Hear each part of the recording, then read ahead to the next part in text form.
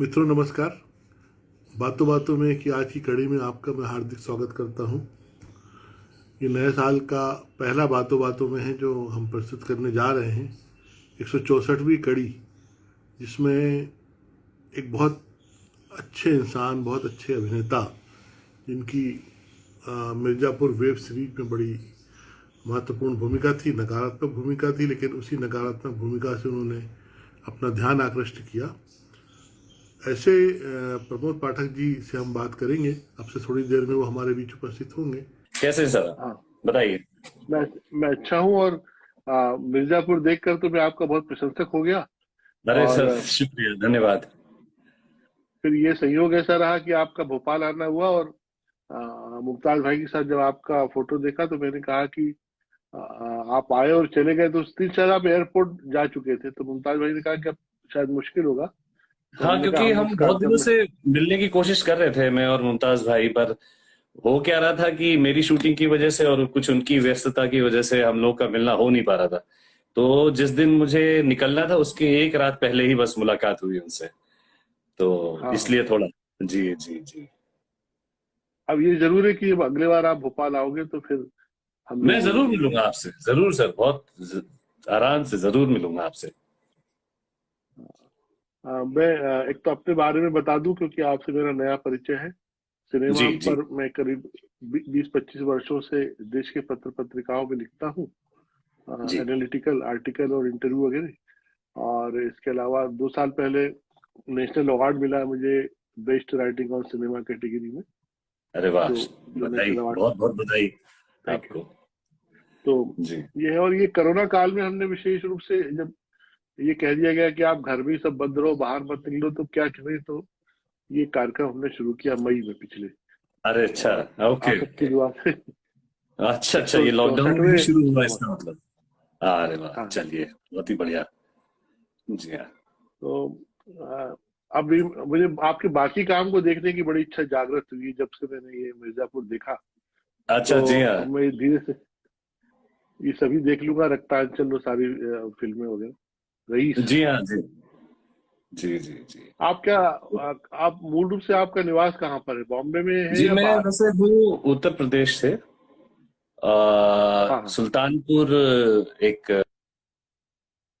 उसमें एक मेरा गाँव था, सुल्तानपुर में, तहसील लम्हुआ करके। पर मैं पैदाइश ही मेरी गाँव में था नहीं, पर मेरी पैदाइश गाँव में हुई, पर उसके बाद मेरा परिवार जो है वो कानपुर शहर चला आया था। तो शुरुआती अच्छा अच्छा। जिंदगी के पहले 10 साल जो है वो कानपुर में रहा मैं। फिर उसके बाद मुझे हॉस्टल भेज दिया गया नैनीताल में। तो जो अरे मेरी वाह। 5वीं से 12वीं की जो पढ़ाई है वो हॉस्टल में हम्म हुई, बोर्डिंग स्कूल में नैनीताल में। और उसके बाद हम्म। मैंने ग्रेजुएशन कानपुर यूनिवर्सिटी से किया वापस लौट के, और फिर उसके बाद मुंबई आ गए। अरे तो कानपुर तो हमारा शहर है, हमारे ननिहाल दुधियाल हमारा कानपुर में रहा। अच्छा, और ओहो, चलिए ये तो और भी सहयोग बन गया। हाँ, और सिद्धेश्वर अवस्थी जो नौटंकी विशेषज्ञ रहे वो मेरे परिवार से हैं, फुफेरे भाई जो अच्छा, ओके ओके। हाँ, जी और जी अब नहीं है जी। वो दुनिया में, पर वो नौटंकी के लिए उन्होंने बहुत काम किया, तो कानपुर उस तरह से। और अच्छा मेरा आना जी। जाना होता रहता, तो ये अच्छी बात है कि आप कानपुर से जुड़े। हाँ हाँ, बिल्कुल ये बिल्कुल, मतलब बहुत साल रह नहीं पाया मैं कानपुर में, क्योंकि हॉस्टल चला गया, फिर उसके बाद में बम्बई आ गया, और बहुत कम वक्त असल में घर में बिताया है मैंने, असल जिंदगी में देखा जाए तो। कहते हैं ना कि पाँव में चक्का होता है किसी किसी इंसान के, हाँ। तो कभी एक जगह रहा नहीं, मैं घूमता रहा हूँ बहुत। तो कोई एक जगह मेरी है ऐसा अभी तक नहीं है। जी। नैनीताल भी बहुत अच्छी जगह है, मैंने सुना है, मैं कभी गया जी नहीं हाँ, वहां जी पर। हाँ, बहुत सुंदर, बहुत सुंदर। मुझे पहाड़ों से, और खासतौर पे हिमालय के पहाड़ों से बड़ा लगाव है, गहरा लगाव है। और क्योंकि आपकी हम्म। शुरुआती जिंदगी, जो इंफॉर्मेटिव ईयर्स होते हैं आपकी जिंदगी के, हाँ हाँ। उनका जिन जिन चीजों से आपका जुड़ाव होता है उस जमाने में, तो वो शायद जिंदगी भर आपका रहता है उससे जुड़ाव। तो शायद मुझे पहाड़ों से इसीलिए बेहद लगाव है। वो अक्सर नैनीताल का जो चित्र देखते हैं हम लोग ऊपर पहाड़ों से, वो जो पूरी झील है, वो जी जी। पूरा का पूरा एक ऐसा लगता है कि जैसे बहुत उदार कोई एक नदी होती है और जी वो अपने अपने में समेट लेना चाहती है, एकदम ऐसा लगता है। बिल्कुल। जी हाँ, जी हाँ, जी हाँ, जी हाँ। पर अब तो कहते हैं कि काफी भीड़ भाड़ हो गई है वहां पे, और काफी नेचुरल रिसोर्सेज का एक्सप्लॉइटेशन हुआ है, कंस्ट्रक्शन वगैरह वहां पे। पर हाँ। मैं जब अर्ली एटीज में वहां गया, और जब 90 के दशक में बिल्कुल शुरुआती सालों में मैं निकला वहां से, तब तक काफी कुछ चीजें बदलने लग गई थी। पर यह है कि हम्म, जीवन के बेहद सुखद पल वहां पे हम्म। बिताए हैं मैंने। वहां फिर आप उनको जान पाए थे, निर्मल पांडे को? वो वहीं के रहने वाले थे, जी वो भी नहीं, हमारे दोस्त जी रहे। नहीं, जी नहीं। मेरे वो काफी सीनियर थे, और मैं ऐसे नेशनल स्कूल ऑफ ड्रामा से नहीं हूँ। और अगर हम्म, मैं कहूँ कि मैं एक्सीडेंटली एंटरटेनमेंट इंडस्ट्री में आ गया, तो वो कहना ज्यादा उचित होगा, क्योंकि मैं बम्बई, जैसा कि हमेशा लोग सोचते हैं कि बम्बई लोग जाते हैं तो एक्टिंग करने जाते हैं, मेरे साथ ऐसा नहीं था। मैं बम्बई ये सोच के आया था कि कुछ करूंगा लाइफ में, पर क्या हम्म। करूंगा ये नहीं पता था। तो एक खोज कह सकते हैं मुझे बंबई तक ले आई, और यहाँ आके किस्मत थी कि शायद जो मैं एंटरटेनमेंट इंडस्ट्री में आ गया। तो थिएटर किया यहाँ पे आने के बाद पंडित सत्यदेव दुबे जी के साथ, जो कि आपके एमपी से ही नाता था जिनका। तो मेरा बड़ा उनकी अपनापन रहा सर उनसे। जी हाँ, जी हाँ। और उनके साथ काफी साल जुड़ाव रहा, और उनके शिष्यों का भी एक थिएटर ग्रुप है सुनील शानबाग जी का, अर्पणा। जी जी। तो जितनी भी एक्टिंग जो सीखी है मैंने, वो दुबे जी और अर्पणा ग्रुप के माध्यम से ही सीखी है, काम करते करते। कुमुद कुमुद भी हमारे दोस्त थे, वो भी साथ में काम किए उनके, जी, पंडित मैं जी के। कुमुद मिश्रा जी के साथ मैंने कम से कम दसियों साल काम किया है। और हम अरे लोग एक वाह। नाटक करते थे, हंगेरियन प्ले था वो, फेरिट्स कैरेंथी जी का लिखा हुआ।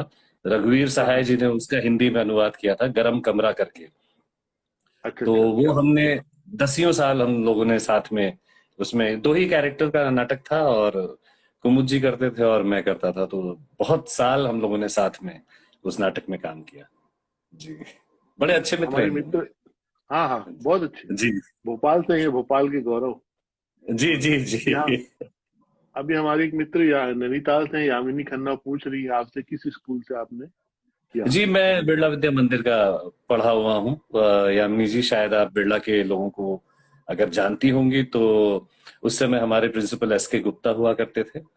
और मैं फुटबॉल बड़ा पसंद करता था खेलना, तो स्कूल के लिए बहुत साल तक खेलता रहा मैं वहां पे नैनीताल में।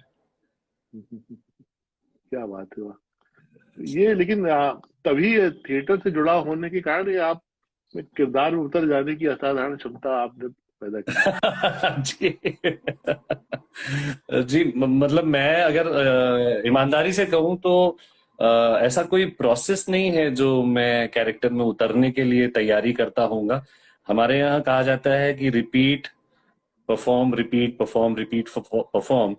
तो बस एक वही रास्ता मुझे समझ में आया है कि आप जितनी बार दोहराएंगे चीजों को, वो उतनी निखरती जाएगी। तो कोशिश आज तक सिर्फ यही है कि कोई भी काम मिले आप उसको करते जाइए, बार बार करते जाइए, बार बार करते जाइए, तो कहीं ना कहीं शायद लोगों को उसमें कुछ ठीक और अच्छी बातें दिखने लगेंगी।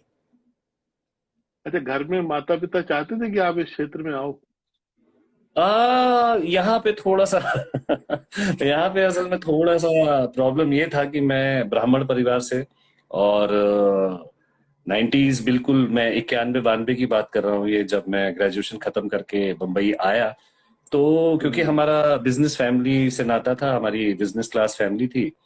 हम्म, और उन्नाव कानपुर के 35 किलोमीटर दूर एक जगह है, वहां पे हमारी फैक्ट्रीज एक्ट्रीज थी। हम्म, तो ये माना जाता था कि पढ़ने लिखने के बाद ये हमारे बिजनेस उसमें ही आएगा, फैक्ट्री में। हम्म, और मैंने कोशिश भी की, ईमानदारी से कहूँ तो मैंने साल डेढ़ साल कोशिश की, पर वो कहते हैं कि आपका मन नहीं होता जिस काम में, वो आप बहुत दिनों तक कर नहीं सकते। तो मेरे साथ अच्छी बात ये रही कि मैं मजबूर नहीं होना चाहता था, कि जो काम पसंद नहीं है वो करते गए, जिंदगी बीत गई उसमें। तो मैंने एक हाँ दिन हाँ। घर पे बोला कि मैं जाना चाहता हूँ यहाँ से, और खोजना चाहता हूँ कि वो क्या चीज है जो मैं करना चाहूंगा जिंदगी भर। जी और जी। उस खोज में ही बम्बई पहुंचे, और बम्बई आके तो शुरू में ब्राह्मण परिवार और कंजर्वेटिव फैमिली होने का थोड़ा सा एक वो था कि काफी काफी रेजिस्टेंस था। और काफी लोगों ने कहा कि ये तो घर से भाग गया और भांडगिरी कर रहा है, और जो जो भी चीजें उस जमाने में सोची जाती थी हमारे पेशे के बारे में, वो सब कही गई। बुरा तो लगता था, पर अब जो कुछ तय कर लिया जिंदगी में तो फिर वो करते गए, अब आज यहाँ पे हैं। हम लोग के तो खैर, अब आपने कहा ना ब्राह्मण परिवार से, वो कानकुब्ज हम भी है। तो जी अब और फिर कानपुर, तो फिर वहां तो जो परिवार है, भाभी है, चाची है, वो सब बहुत घूंघट करके बोलती है कड़क बात। बिल्कुल, जी हाँ, जी हाँ, जी हाँ, जी हाँ। वो आज भी है वो माहौल, पर ये है कि अब थोड़ा सा एक्सेप्टेंस आ गया है, शायद उन्होंने देख लिया है कि ये हाँ, भूखा नहीं मर रहा, और ये ऐसे घटिया काम नहीं कर रहा है जिससे बदनामी हो हमारी। तो शायद अब धीरे हाँ, धीरे कहीं ना कहीं एक्सेप्टेंस है, जो कि काफी तसल्ली देने वाली बात है, क्योंकि रेजिस्टेंस बहुत साल रहा। हाँ, हाँ। तो भाई एक बड़े पंडित जी तो वो आपके गुरु भी थे। जी जी आ, जो बिल्कुल जिनकी नाक में मक्खी बैठना मुश्किल होता था, तो कैसे उनसे निभी, कैसे जी। मिले, कैसे निभी? नहीं, देखिए, लोग लोग उनको कठोर इंसान जरूर समझते थे, दुबे जी को। पर यह है कि हाँ, जितना वो कठोर थे उतने ही उदार भी थे। तो दूसरा पहलू बहुत कम दिखाई देता था लोगों को। और जब हम बम्बई आए थे तो मैं अकेला एक एक्टर नहीं था उनके, तो मतलब ऐसा लगता था कि सारे बम्बई में शिष्य ही शिष्य हाँ। भरे हुए हैं उनके। और तो हर तरह के बच्चे आते थे उनके पास सीखने के लिए। और उनमें से ज्यादातर लोगों की तादाद ऐसी होती थी जिनके पास ना तो पैसे होते थे, ना ही कोई सिक्योरिटी होती थी, ना ही कोई घर होता था, ना कुछ होता था। उनका एक उदार हृदय ये होता था कि वो एक पैसा लेते नहीं थे किसी को कुछ सिखाने का, एटलीस्ट उन लोगों से जिनके पास हाँ, मजबूरी हो, जिनके पास पैसा ना हो। और वो पूरी तसल्ली से, पूरे ईमानदारी से हमारे साथ भी वैसा ही बर्ताव करते थे जितना कि किसी स्टार के बच्चे के साथ या किसी धनाढ़ परिवार के बच्चे के साथ। तो मुझे लगता है कि उनके हृदय में कहीं ना कहीं सरस्वती बसी हुई थी, और वो जो ज्ञान था उनके पास, वो उन्होंने बिना किसी लाग लपेट के, बिना किसी सेल्फिश डिजायर के बांटा, और खूब बांटा। और मैं बड़ी अ, ईमानदारी से कह सकता हूँ कि जो कुछ भी हूं मैं, शायद कहीं ना कहीं उसमें उनका बहुत बड़ा योगदान है। आपको किस तरह से करेक्ट करते थे कई बार, या आपसे खुश रहते थे आप आपको? यकीन नहीं मानेंगे कि वो मतलब, क्योंकि उनके शिष्य जो थे सुनील शानबाग जी, जो कि बहुत बड़े नामी गिरामी थिएटर गुरु भी हैं और डायरेक्टर भी हैं। तो असल में मैंने ज्वाइन शुरू में उनको किया, तो वो शुरू में मुझे ताना देते रहते थे कि तुम अर्पणा के एक्टर हो, तुम सुनील शानबाग के एक्टर हो। पर ये उनका तरीका था मुझे बार बार पुश करने का कि भाई तुम कुछ सीखो, कुछ करो, कि उत्तर प्रदेश के एक गांव से उठ के चले आए हो, बंबई का कुछ पता नहीं है, तो यहाँ पे थोड़ा जीना सीखो, लोगों को देखो, उनकी लाइफस्टाइल को देखो, उससे कुछ होगा तो फिर आगे बढ़ोगे। तो वो मुझे दुनिया भर के काम करवाते थे मुझसे। मैं बैक स्टेज में उनको हेल्प भी करता था, कई नाटकों में मैंने उनको असिस्ट भी किया। और कई दफा तो मतलब ऐसा हुआ कि जो उनके नाटकों की रिसर्च मटेरियल वगैरह थी, उसका काम भी मैंने किया। तो वो हर तरह का काम मुझसे करवाते थे, ये नहीं कि सिर्फ एक्टिंग करवानी है। और एक तरह से कुछ सालों तक उन्होंने मुझसे कहा कि तुम सिर्फ एक्टिंग ही क्यों करना चाहते हो, तुम बेहतर है कि राइटिंग भी करो, डायरेक्शन में भी काम करो। तो मैंने कई नाटकों में उनको असिस्ट भी किया। फिर 10-12 साल कुछ बीते ये सब करते करते, और मैं कई नाटकों में एक्टिंग कर रहा था। पर उन्होंने कभी मुझे एनकरेज उस तरह से नहीं किया कि तुम एक्टिंग ही करो फुल टाइम। पर वो एक नाटक हुआ हमारा, जो कि आज तक मुझे याद है, 2005 में, कॉटन 56 पॉलिएस्टर 84 करके, जिसमें कुमुद मिश्रा भी थे। उसमें मैंने हाँ, एक रोल किया था। तो वो शो देखा, और उन्होंने 10 साल में पहली दफा आके बैक स्टेज में बोला कि अगर तुम इसी तरह मेहनत करते रहे तो तुम एक्टिंग कर लोगे। तो वो मैं आज तक उसको एक कॉम्प्लीमेंट की तरह लेता हूँ, और वो आशीर्वाद है कि अब आज मैं आपके सामने बैठा हूँ, कि वो एनकरेजमेंट 10 साल बाद मिला, पर मिला। और वो बहुत कम एक्टर्स को शायद मिलता है। हाँ, सही बात तो है। जी। आपको बताता हूँ कि वो भोपाल में उनको एक अवार्ड जो मिला था थिएटर का, बड़ा गवर्नमेंट का। कालिदास सम्मान। तो हाँ, तो उसमें सीएम साहब तो 10-15 मिनट लेट आए तो नाराज हो गए थे वही गेट पे। तो सीएम अब से आप कहने सोचिए लगे वो वो। हाँ, तो वो अवार्ड शो के ठीक पहले एक परफॉर्मेंस हुई थी, अगर आपको याद हो। तो जो हाँ, परफॉर्मेंस उनके नाटक की हुई थी उसमें कुमुद मिश्रा थे, कुमुद आपके थे मानव कौल आप। थे। मैं हाँ हाँ उसमें साउंड ऑपरेट कर रहा था उस नाटक में। मैं था वहां पे हाँ भोपाल में। हाँ जी हाँ हाँ। जी जी जी, भारत भवन में रविंद्र शो भो हुआ था उसका। जी। हाँ हाँ। हाँ जी। वो मुझे उसमें उन्होंने सीएम साहब से कहा था कि आपकी वजह से हमारा नाटक लेट हो गया। और एक जी। मुझे दिल्ली में दो दिन दो रात उनके साथ एक ही कमरे में रहने का मौका मिला। अरे तब ये था वाह। कि तब मैंने बहुत उनकी खूब सेवा भी करी, और फिर कुछ उनका जो नारियल जैसा मामला था पूरा, अंदर एकदम नरम और ऊपर से बिल्कुल, जी हाँ स्ट्रांग। जी हाँ जी हाँ, ये नेचर था उनका कि बहुत बाहर से सख्त, लेकिन कभी उनके नाटकों में काम करने वाले जैसे हम तो बहुत ही गिरी हुई हालत में बंबई पहुंचे थे। हमारे पास ना जेब में पैसे होते थे, ना ही कुछ पता था कि आगे कैसे गाड़ी चलेगी। तो वो ये जानते थे कि इन लोगों के पास पैसे नहीं है, समझ जाते थे वो, पता नहीं कैसे, चेहरा देख के ही उनको पता चल जाता था। तो वो हमारे लिए खाने का इंतजाम हो या ऑटो से कहीं जाना हो, बस से जाना हो, तो वो खुद ही सामने से पैसा रख देते थे, बगैर खाए जाने नहीं देते थे, खाना खिला के ही कहीं भेजा करते थे। तो ये एक उनका नेचर था जो कि शायद बहुत लोग नहीं जानते। जिन्होंने उनके साथ काम किया है उन्हीं को पता ही है। उन रातों में वो एक मराठी नाटक का कोई अनुवाद कर रहे थे। तो बोलते कि जी। मैं रात को जगता हूँ, दिन में सोता हूँ। तो रात को 11 बजे से सुबह लेकिन ये था कि उनने बहुत सारी अच्छी अच्छी बातें, वही मैं कह रहा हूँ कि कई बार आप बाहर से किसी आदमी को लेकर जो आकलन करते हो, कितना अंदर से बदला हुआ और गुणी होता है, जी वो उनके बिल्कुल। व्यक्तित्व से। और हिंदी रंगमंच को जो उन्होंने बम्बई में रहते हुए दिया, वो अपने आप में असाधारण है। जी हाँ, आप बहुत बहुत बहुत आप बड़ा आप योगदान। सब आप सब वो वटवृक्ष के पत्ते और शाख है जो आज इस जी। समय उनको गौरवान्वित करते हैं कहीं ना कहीं। मुमताज भाई भी ज्वाइन हो गए, उन्होंने आपको हाई किया। अरे, नमस्कार मुश्ताक भाई। तो ये तो है कि ये पूरी जर्नी रक्तांचल और सब यहाँ इस फिल्म और टीवी मीडिया में आने की शुरुआत फिर कब आपकी? जी, मैं एक इंटरनेशनल शो था मर्चेंट्स ऑफ बॉलीवुड करके, जो कि इंटरनेशनल शो था, और उसके कुछ हमने 2 साल में 600 शोज किए थे। ऑस्ट्रेलियन प्रोडक्शन था, और जो डायरेक्टर साहब थे वो स्कॉटिश थे। तो उसके हम्म, कुछ मैंने 3 साल के लगभग शोज किए, 2005 से 8, कुछ 600 हम्म, शोज किए उसके 3 साल में। और फिर उसके बाद लगा कि अब ये बहुत हो गया, जबकि बहुत अच्छे पैसे मिल रहे थे और मुझे पूरी दुनिया घूमने का मौका मिल रहा था उसमें। पर ये हुआ कि ऐसे तो जिंदगी निकल जाएगी, हम घूमते ही रहेंगे, पर हाथ क्या आएगा। तो फिर 2008 में आखिर में मैं बम्बई वापस लौट आया, और फिर उसके बाद डिसाइड किया कि अब थोड़ा सिनेमा और टेलीविजन भी एक्सप्लोर किया जाए, और उस समय फिर शुरुआत हुई। तो हम्म, पहली जो मतलब ठीक ठाक रोल जो मिला था मुझे, वो एक सीन का मिला था। फंस गए ओबामा एक फिल्म थी, सुभाष कपूर जी की। तो वो जी जी। वो वो अगर सही मायनों में कहा जाए तो वो शुरुआत थी।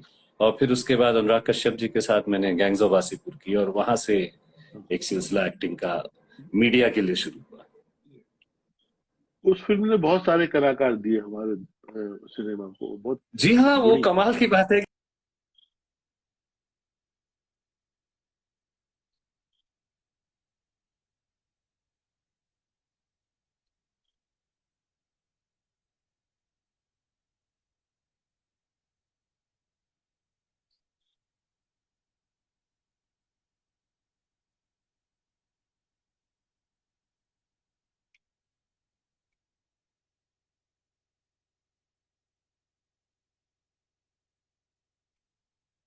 बीच में नेटवर्क का इशू आ गया था।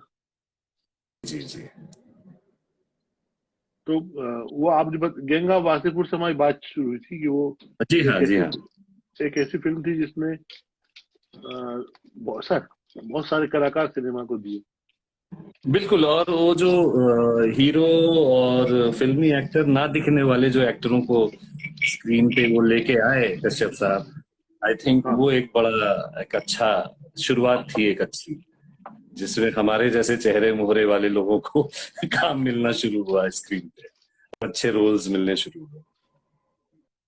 हाँ, इस तरह टैलेंट को खोजना आसान नहीं है। वो तो खैर उनका उस तरह से लोग उनको बहुत जानते हैं कि उन्होंने एक बड़ी श्रृंखला सिनेमा को दे दी, और बहुत सारे उनकी उनके ही पथ पे चलने वाले जो निर्देशक है उनको मौका मिला अच्छा बिल्कुल, काम जी हाँ। करने का। और अच्छी बात ये रही कि उन्होंने रिस्क लिया, क्योंकि हाँ कोई भी उस समय मेरे ख्याल से तैयार नहीं होता, कोई और डायरेक्टर शायद इतने सारे नए चेहरे और इतने सारे थिएटर के एक्टरों को एक साथ अपनी फिल्म में लेके सबको एक डिसेंट रोल देना, ये काफी बड़ा चैलेंज है। क्योंकि प्रेशर तो उनके ऊपर डेफिनेटली रहा होगा इंडस्ट्री के लोगों का कि भाई हम दो दो फिल्में बना रहे हैं सीरीज की, और उसमें कोई भी ऐसे मतलब मनोज जी को छोड़ के मेरे ख्याल से कोई और ऐसा एक्टर नहीं था जो इस्टेब्लिश था, सक्सेसफुल था, और सभी मतलब शुरुआत ही कर रहे थे अपनी। तो बहुत बड़ा हाँ रिस्क था, और hats off to Anurag ji जिन्होंने अ, बगैर डरे और पूरे कॉन्फिडेंस के साथ रिस्क लिया और उसको बनाया, और आज देखिए वो कल्ट क्लासिक है फिल्म। ये तो है। इधर मिर्जापुर को कैसे एंजॉय कर रहे हैं? मिर्जापुर तो बहुत यंग यंग निर्देशकों का काम है। जी। मिर्जापुर तो देखिए, कमाल की बात यह है कि कोई चीज इतनी सक्सेसफुल हो जाएगी, जब आप शुरू कर रहे होते हैं उस काम को आपको बिल्कुल पता नहीं होता। तो कास्टिंग पे जो कास्टिंग एजेंसी है जिसने मिर्जापुर की पूरी कास्टिंग की थी, उसके लिए मैंने कुछ 6-7 महीने पहले शायद ये एक स्क्रीन टेस्ट करके छोड़ दिया था, और मैं भूल भी गया था कि ये जेपी यादव का कोई कैरेक्टर है जो किसी सीरीज में आने वाला है, और मैं उसको लिटरली भूल चुका था। फिर मुझे कुछ 7-8 महीने बाद वापस फोन आया कि सर ये ऐसा ऐसा रोल है, और मैं थोड़ा सा डरा था क्योंकि उसी समय मैंने 1-2 साल पहले रईस फिल्म की थी जिसमें मैं नेतागिरी ही कर रहा था उसमें भी। तो मैं डरा, मैंने कहा कि अरे यार ये तो फिर से नेताजी वाला रोल, और मैं लिटरली भूल चुका था कि मैंने इसका टेस्ट किया हुआ है। पर जब उन्होंने बोला कि नहीं रोल अच्छा है और काफी इंटरेस्टिंग है, डिफरेंट है रईस के कैरेक्टर से, तो मैंने कहा चलिए ठीक है करके देखते हैं। तो आप हाँ यकीन नहीं मानेंगे कि मुझे बिल्कुल पता नहीं था कि मिर्जापुर इतना बड़ा शो और इतना सक्सेसफुल शो बन जाएगा। और बहुत सुखद है ये अनुभव कि लोग मुझे मेरे नाम से कम और जेपी यादव के नाम से ज्यादा जानते हैं, और आपको हाँ आपके सर। कैरेक्टर के नाम से जाना जाए, ये बहुत ही सुखद अनुभव है। इस पे पूरे आप उस तरह लगते भी हैं कि पूरी तरह आप कोई पॉलिटिक्स से आप बहुत गहरे जुड़े होंगे, अरे और जिस नहीं, तरह से बिल्कुल। मैं बिल्कुल ए पॉलिटिकल आदमी हूं अगर आप यकीन माने तो। पर जी हाँ, अब ये है कि उत्तर प्रदेश से हूं तो आसपास लोग बड़े दिखाई देते हैं जो नेतागिरी करते रहते हैं पूरे टाइम। तो शायद कहीं ना कहीं वो ऑब्जर्वेशन रहा होगा। अरे कानपुर में तो हम लोग के मोहल्लों से शुरू होती है नेतागिरी। जी हाँ, जी हाँ। अरे घर में, हमारे घर में जिसको देखे वो नेता है। क्या बात छुट भैया नेता तो है। है, वो हर घर घर में है, घर घर की कहानी है उत्तर प्रदेश में। घर घर का। जी हाँ, जी तो जी। वो बड़ी बड़ी रियलिटी के साथ पिक्चर उसमें प्रस्तुत हुई। और जी हाँ, मिर्जापुर का भी जो स्क्रिप्ट है बड़ा मजबूत है, मतलब मैं ये जी देखूंगा। हाँ, बिल्कुल बिल्कुल। जी हाँ। और पुनीत कृष्णा जी जिनसे मेरी काफी मुलाकात हुई और काफी बातचीत भी हुई स्क्रिप्ट को भी लेके और जेपी यादव के कैरेक्टर को लेके, क्योंकि मैं उनसे ये समझना चाह रहा था कि क्या सोचा है इस कैरेक्टर के बारे में उन्होंने। तो काफी हमारी डिस्कशंस हुई, और उत्तर प्रदेश की जितनी राजनीति है और कैरेक्टर्स हैं आसपास उनके बारे में काफी डिस्कशंस हुए। और मैं काफी काफी, क्योंकि ऐसा नहीं है कि वो बिल्कुल ही वेटरन राइटर है, वो भी काफी यंग है उम्र में। हाँ ऐसा बिल्कुल लगता नहीं है कि इतनी कम उम्र में इन्होंने इतना कुछ कर कुरेद किया। रखा है उत्तर प्रदेश की राजनीति और माफिया हिस्ट्री को, जो कि बिल्कुल काफी बिल्कुल। इंटरेस्टिंग है। और पुनीत काफी सुलझे हुए इंसान हैं, सरल भाषा का इस्तेमाल करते हैं और सरल भाषा में बात करके चीजों को सामने रखते हैं, समझाते हैं। तो मुझे लगता है कि हेड्स ऑफ टू हिम कि उन्होंने इतने बड़े शो को एक कंसिस्टेंसी के साथ 2 सीजन में बनाया। नहीं तो लोग थक जाते हैं एक सीजन को ही लिख के, 2-2 सीजन लिखना और वो भी बैक टू बैक लिखना मुझे लगता है कि काफी चैलेंजिंग था।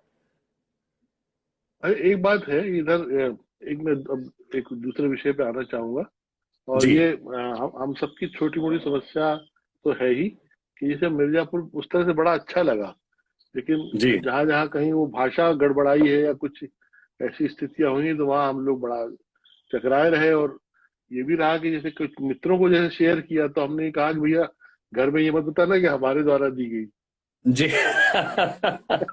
तो ये एक बड़ी दुविधा है। लेकिन कई बार आप बहुत अच्छी चीजों में इतना सब चीजों का प्रयोग होना, भाषा को लेकर या दृश्यों को लेकर, आप जी क्या जी आपका क्या सोचना है अपना स्वयं? जी। मैं देखिए देखिए जबरदस्ती के लिए अगर कोई चीज की गई हो तो वो आपको अखरती है, देखते वक्त भी अखरती है और किसी को बताते वक्त भी अखरता है कि यार ये इसमें बिना बात के क्यों गाली गलौज भरी गई, या क्यों इसमें सेक्स हाँ को इतना इम्पोर्टेंस दिया गया, और क्यों इतना वायलेंस और ये वो है।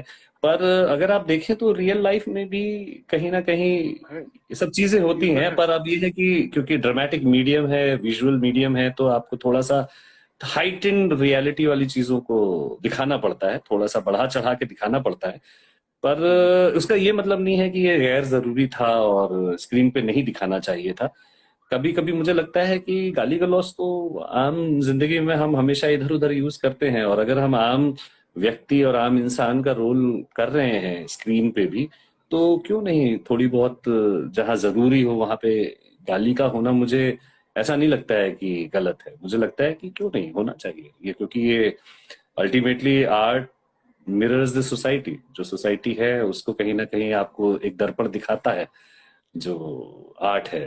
तो मुझे बिल्कुल ऐसा नहीं लगता। हाँ, ये है कि जहां जरूरत नहीं है वहां पे भी वायलेंस दिखाना, वहां पे भी गाली गलौज दिखाना, वहां पे भी सेक्स के सीन्स भर देना, वो गैर जरूरी होता है, और वो मुझे डेफिनेटली लगता है कि हाँ थोड़ा एम्बैरेसिंग और ऑकवर्ड होता है। जी हालांकि ये दिलचस्प है कि हम लोग का जो भी स्वभाव है, जो जी अक्सर घर के बाहर व्यक्त होता है, मतलब जी जी क्योंकि हम घर के बाहर जाते हैं, तब उन्मुक्त होते हैं अपने दोस्तों में, संगी साथियों में। फिर घर में लौटते हैं तो हमसे बड़ा मर्यादित और सभ्य कोई नहीं होता। बिल्कुल। जी तो हाँ, अब चाणक्य। देखिए ना कि चेहरे हर इंसान के पास हजार होते हैं, और कौन सा चेहरा किसको दिखाई देता है वो एक अलग रियलिटी है, एक सच्चाई है। तो कहीं ना कहीं हम कोशिश करते हैं कि कहीं ना कहीं वो जेपी यादव मेरे अंदर होगा शायद व्यक्तित्व में, और वो शायद दर्शकों को दिखाए। मैं ये नहीं कह रहा हूँ कि मैं भी संत हूँ, और मैं बिल्कुल, हाँ, पर मेरी भी एक घर में एक इमेज अलग है, दोस्तों के साथ एक इमेज अलग है, काम करते वक्त एक इमेज अलग है, और स्क्रीन पे एक इमेज अलग है। तो वो कहीं ना कहीं मुझे लगता है कि होना चाहिए। और हमारा जो पेशा है वो बड़ा इंटरेस्टिंग है कि आपको ये करने का मौका मिलता है बगैर किसी को ऑफेंड किए और बगैर किसी को कुछ दुख और तकलीफ पहुंचाए। जी एक जो सैद्धांतिक शुरुआत हम कह रहे हैं, जैसे पिछला साल पूरा जो है वो लगभग घर में रहकर, और घर के भीतर जो हमारे यहाँ मनोरंजन का साधन है टेलीविजन, उसमें जी भी हाँ जी ओटीटी हाँ प्लेटफॉर्म। जी तो हाँ बिल्कुल नो डाउट आश्रम और मिर्जापुर दोनों अपनी जगह टक्कर की सीरीज रही। हम लोगों ने घर में ये सब चीजें देखी।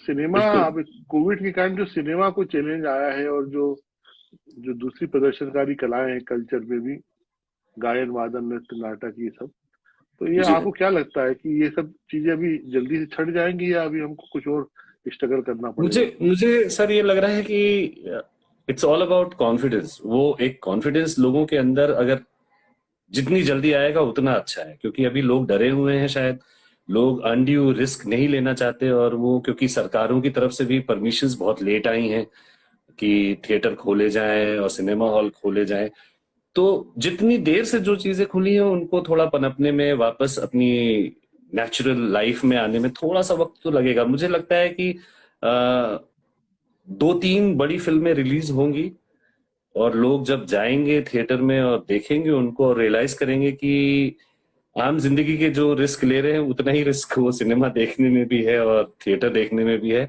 तो वापस कॉन्फिडेंस आएगा। तो मुझे लगता है कि एक तो वैक्सीन का आ जाना ये बहुत बड़ी खुशखबरी है, अच्छी बात है।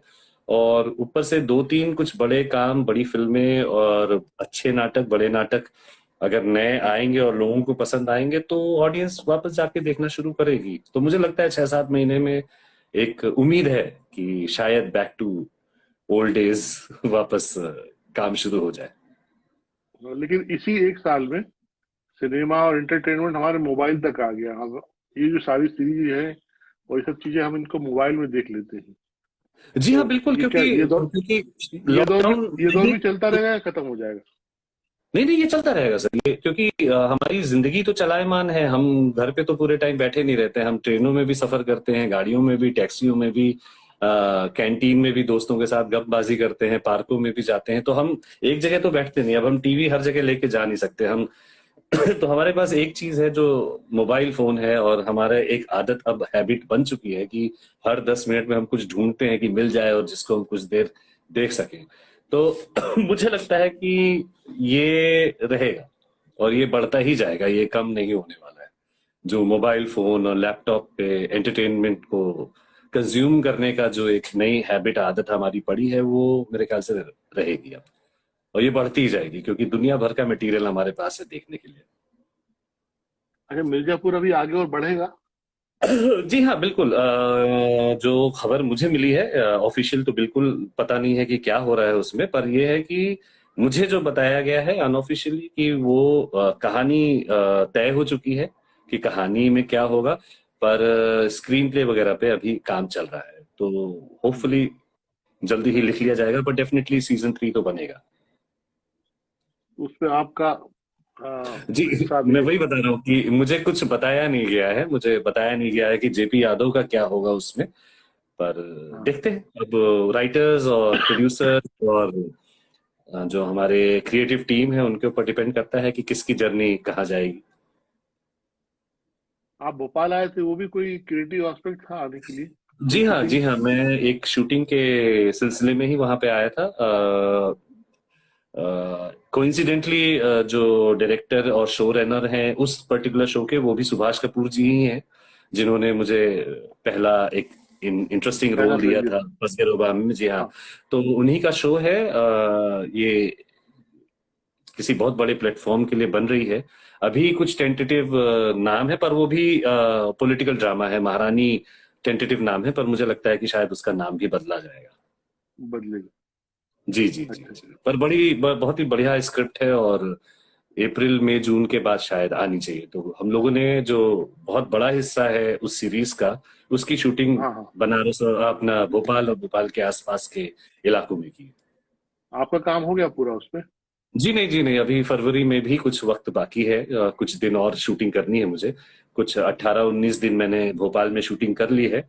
अभी 1-2 दिन जनवरी में है, और फिर बाकी दिन हमारे उधर है फरवरी में, पर बम्बई में ही है अब वो शूट। अच्छा, जी, भोपाल नहीं आना होगा अभी फिलहाल?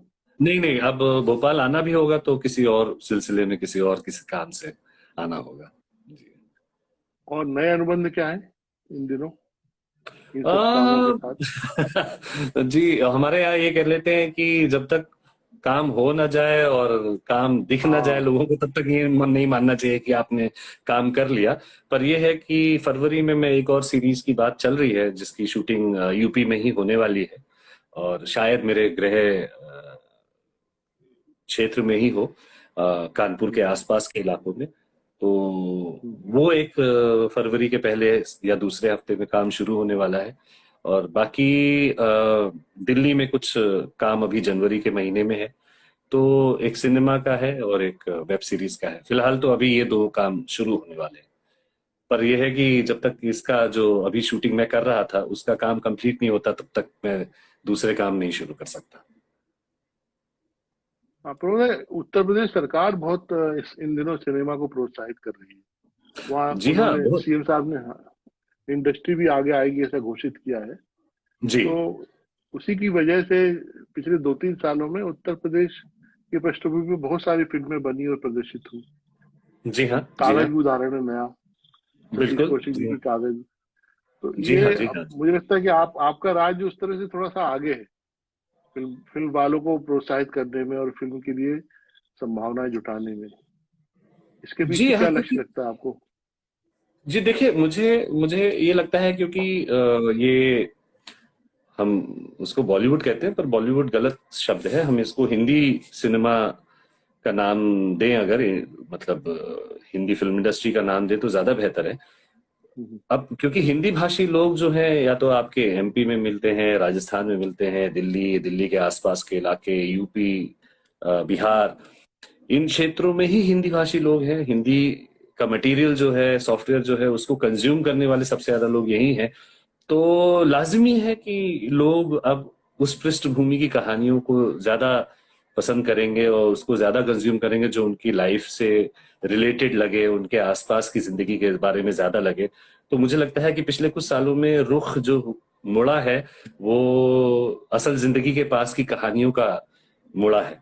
तो अब यूपी, बिहार, एमपी, इन क्षेत्रों में शूटिंग अब इसलिए बहुत ज्यादा हो रही है क्योंकि कहानियां भी उस तरह की हैं, किरदार भी उस तरह के हैं, और बहुत सारी चीजें जो है इंफ्रास्ट्रक्चर वाइज, आपके जो लॉजिस्टिक्स है, वो अब इन सब प्रदेशों में मिलने लगे हैं। खासतौर पे मैं भोपाल गया तो भोपाल में तो किसी भी दिन आप कहीं पे भी जाएं, आप फिल्म की शूटिंग आराम से कर सकते हैं बिना किसी अड़चन के। बहुत फ्रेंडली, सिनेमा फ्रेंडली माहौल बन चुका है वहां पे। यूपी अब धीरे धीरे धीरे धीरे रियलाइज कर रहा है कि ये एक बहुत ही बड़ा रेवेन्यू जनरेटिंग इंडस्ट्री बन सकती है। तो शायद इसीलिए वो निर्णय लिया गया है कि नोएडा में फिल्म सिटी बनाई जाए, क्योंकि स्कोप बहुत है। उत्तर प्रदेश बहुत बड़ा राज्य है, उत्तर प्रदेश में संभावनाएं बहुत सारी हैं, और खासतौर पे सिनेमा को जिस तरह से लोग कंज्यूम करते हैं, वहां पे देखते हैं, उससे तो मुझे लगता है कि ये 20 साल पहले हो जाना चाहिए था, क्योंकि बहुत पहले से जरूरत है इसकी। और जितने ज्यादा जल्दी हम वहां पे इंडस्ट्री बनाएंगे और लोगों को सिनेमा फ्रेंडली एटमॉस्फेयर क्रिएट करने में मदद करेंगे, उतने ज्यादा लोग वहां जाके फिल्में बनाएंगे, और हर तरह से इसमें राज्य का फायदा है। एम्प्लॉयमेंट भी मिलेगा लोगों को, रेवेन्यू भी जनरेट होगा। और अभी मैं बंबई में बैठ के अगर एक्टिंग कर रहा हूँ तो हो सकता है कल को यूपी में रहने वाले लोग जो हैं, जो वहीं पे रह के नाम कमाएंगे, काम करेंगे और ख्याति प्राप्त करेंगे, तो बहुत ही सुखद बात होगी। और मैं तो चाहता हूँ कि ये जल्द से जल्द हो। अच्छा, आप ही के बीच से कलाकार राजनीति में आते हैं, आपका भी कोई विचार है कि आगे कभी कुछ आप मैं आपको फिर शुरू में ही कह चुका हूँ कि मैं रोल करने तक तो पॉलिटिशियन ठीक है, मुझे शायद उतनी अड़चन ना हो, पर राजनीति बड़ी जिम्मेदारी वाली काम है। और हाँ, मैं उसको इस तरह से देखता हूँ कि जो पूरी तरह से इसमें डूब कर लोगों की सेवा और समाज की सेवा करना चाहता हो, वही राजनीति करे तो ज्यादा अच्छा है। और मैं बिल्कुल क्वालिफाइड नहीं समझता अपने आप को कि मैं राजनीति में जाऊंगा, क्योंकि शायद मुझे उतनी समझ भी नहीं है। जो जमीनी सच्चाई, जमीनी लोगों के साथ जुड़ना, उनकी परेशानियों को समझना और लोगों की बेहतरी के लिए काम करना, ये मुझे लगता है कि काफी जिम्मेदारी वाला काम है। और जब तक बहुत अच्छे से आपको सोच समझ ना हो इन सब बातों की, तब तक मुझे नहीं लगता है कि आपको इसको प्रोफेशन बनाना चाहिए, क्योंकि ये बहुत ही जिम्मेदारी वाला काम है। और मैं अपने आप को बिल्कुल क्वालिफाइड नहीं समझता as a politician. Dubey ji ने आपसे एक बात ये की थी कि आप अभिनय के साथ साथ कुछ और भी करिए, तो आपने कोई इस तरह का दूसरा आयाम भी विस्तार दिया या केवल अभिनय कर रहे जी जी, उन्होंने कई दफा मुझे हिंट दिया था कि तुम एक्टिंग चलो कर रहे हो, कोई बात नहीं, ये शौक है तुम्हारा और इसको तुम करना चाहते हो, पर राइटिंग करो और डायरेक्शन पे भी ध्यान दो। तो मेरा एक छोटा सा थिएटर ग्रुप है बम्बई में जो कथाकार के नाम से है, और मैंने खुद ही 2 नाटक लिखे हैं और ऑलरेडी उसके शोज किए हैं। और मैं कुछ सिनेमा का भी काम लिखता हूँ अपने लिए ही, हैं? कुछ फिल्में और कुछ वेब सीरीज के आइडियाज पे मैं भी काम कर रहा हूँ। और अ, भगवान की कृपा से अगर सब ठीक रहा तो हो सकता है अगले कुछ सालों में एज ए डायरेक्टर भी आप शायद मेरा कुछ काम देखें, हाँ, राइटर डायरेक्टर। जी हाँ, कोशिश क्योंकि पूरी है। वाह वाह, बहुत जी अच्छा, हाँ, मैं आपको बहुत सारी शुभकामनाएं दूं। और ये शुक्रिया समय जो आपने दिया, सर। पूरे इस समय इतने सारे लोग जुड़े रहे, वो लगातार आपका मिर्जापुर वाला नाम लेते रहे और जय जी जयकार हाँ, जी करते हाँ, रहे। जेपी यादव बड़ा बड़ा बड़ा ये कि आई थिंक सिर्फ मुझे ही नहीं, ये मिर्जापुर की सारी टीम के लिए बड़े गौरव की बात है कि इतना सारा प्यार उन्होंने दिया और इतनी ज्यादा जो इज्जत दी है। मुझे लगा था कि जेपी यादव का कैरेक्टर करने के बाद मेरी बड़ी फजीहत होने वाली है, पर यकीन मानिए कि मैं जहां जहां गया हूँ मिर्जापुर के रिलीज के बाद, बहुत सारा प्यार और बहुत सारी इज्जत दी है लोगों ने, जो कि अच्छा, बहुत ही आपको अभिभूत कर देती है और बिल्कुल ही डिसार्म कर देती है लोगों के सामने कि क्या हम वाकई इस लायक हैं जितना प्यार हमें मिल रहा है। पर बहुत बहुत धन्यवाद लोगों का जो इन्होंने इतना प्यार दिया है।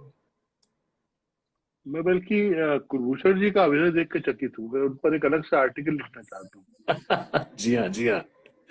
मतलब जब मुझे पता लगा कि कुल जी इसमें काम करने वाले हैं मिर्जापुर में, और हाँ, मैं उनको अभिनय करते हुआ देखना चाहता था, पर थोड़ी सी हमारी शेड्यूलिंग ऐसी होती है शूटिंग करते वक्त कि जिस ट्रैक पे आप हैं आप उन्हीं एक्टरों को मिलेंगे, और जो दूसरे ट्रैक के लोग हैं वो उन्हीं एक्टरों को मिलेंगे। तो मेरा ऐसा कुछ बहुत सारा वक्त उनके साथ बिताने का मौका तो नहीं हुआ, और पर मैं उनका काम देख के ऐसा लगता है हर बार कि मिर्जापुर में जो उन्होंने किया है वो सिर्फ और सिर्फ एक लेजेंडरी मजा हुआ कलाकार ही कर सकता है। जी हाँ। वो लैंडमार्क है उनके, मतलब इस उम्र और अवस्था में जो जी। उनकी पूरी एक जर्नी है उसका एक अद्भुत काम है वो।